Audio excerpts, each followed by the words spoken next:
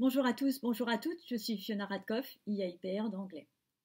Suite aux annonces de l'annulation des épreuves spécifiques d'enseignement de spécialité, les professeurs me font part de l'angoisse des élèves face au fait qu'il n'y a plus cette épreuve commune, cette épreuve d'enseignement de spécialité qui devait arriver et que maintenant les notes sont en contrôle continu et tout d'un coup toutes les notes deviennent très importantes et les élèves commencent à contester, sont très stressés pour chacune des notes.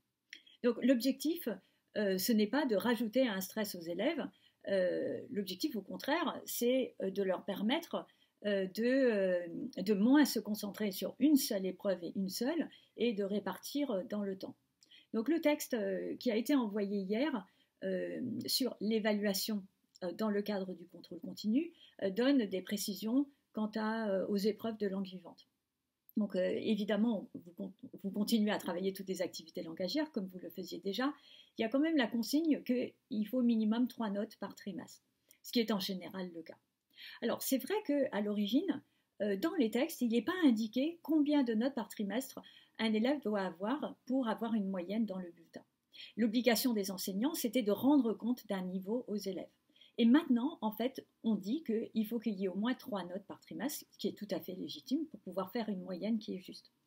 Alors, ce que je vous conseille, c'est pour enlever le stress des élèves par rapport à la pression de réussir absolument chaque note, en fait, c'est de dire aux élèves, voilà, il y a un certain nombre d'évaluations qui ont lieu dans le trimestre et on va choisir les meilleures. Et les 3 meilleures, ce sera la moyenne pour le bulletin.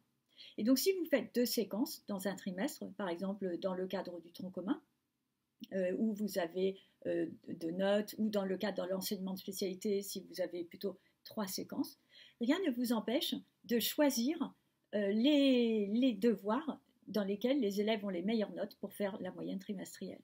Et puis comme ça, les élèves sont rassurés, ils savent qu'ils peuvent échouer, que ce n'est pas grave, qu'ils ont encore la possibilité de réussir. Donc ça, c'est le premier point.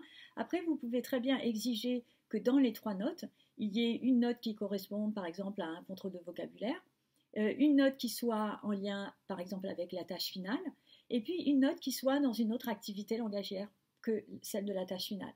Donc, par exemple, si la tâche finale, c'était une expression écrite, vous pouvez dire que dans la moyenne trimestrielle, il y a une des 3 tâches finales et une activité langagière qui n'est pas la même. Voilà. Ou ça peut être, pas nécessairement la tâche finale, ça peut être 2 activités de communication qui sont langagières. Et il faut vérifier que toutes les activités langagières ont été évaluées depuis le début de l'année. Donc, vous pouvez très bien laisser aux élèves le choix de choisir entre les différents contrôles des activités langagières, celles qui vont réussir. Donc, ce qui est intéressant, donc vous pouvez faire ce système-là où vous gardez que 3 notes, mais imaginons qu'un élève ait 3,18 et qu'après ils disent bon c'est bon, j'ai plus besoin de travailler puisque j'ai 3,18. Donc vous pouvez avoir des élèves qui vont tomber dans ce raisonnement-là, et dans ce cas-là, ce que vous pouvez faire, c'est varier les coefficients. Donc vous pouvez garder tous les contrôles, mais les contrôles qui sont les plus réussis, vous pouvez mettre coefficient 2 ou 3, et les contrôles qui sont moins réussis, vous pouvez mettre coefficient 1 ou 0,5. Dans les textes également, il est indiqué qu'on peut prendre en compte le travail de groupe. Donc, si un élève dans un groupe a très bien réussi, vous pouvez décider de garder cette note-là. Et puis après, vous voyez, est-ce que vous allez minorer ou majorer en fonction du travail réel de chacun à l'intérieur du groupe, etc.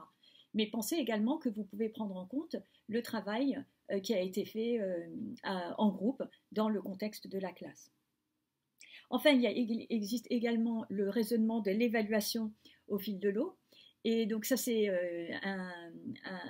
une idée qui vient du premier degré dans laquelle j'ai parlé dans mes webinaires, qui est que dans le contexte de la classe, imaginez, vous voyez un élève en individuel ou en groupe qui a vraiment bien travaillé, qui a réussi quelque chose. Par exemple, une expression écrite, qui a réussi à rédiger quelque chose qui correspond exactement à ce que vous attendiez. Vous pouvez très bien dire à l'élève, ça c'est vraiment brillant, voilà, ça vaut 18 sur 20 et je vais le compter pour le trimestre. Et s'il fait mieux au contrôle final, eh ben, vous comptez mieux, mais s'il fait moins bien, vous ne le comptez pas. Et donc ça, ce raisonnement-là, c'est très intéressant parce que ça permet à l'élève de comprendre qui doit travailler tout au long de la séquence pour réussir à la fin.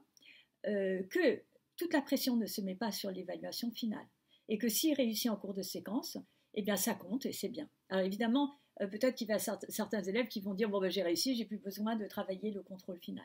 Mais l'objectif, c'est d'enlever ce stress et par rapport à une évaluation à un moment T.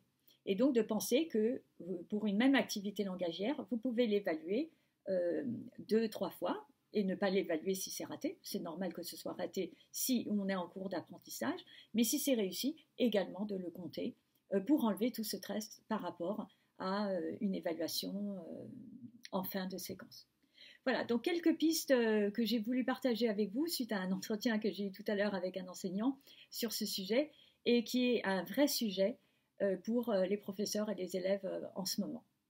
Voilà, je vous souhaite à tous et à toutes une excellente continuation. Au revoir.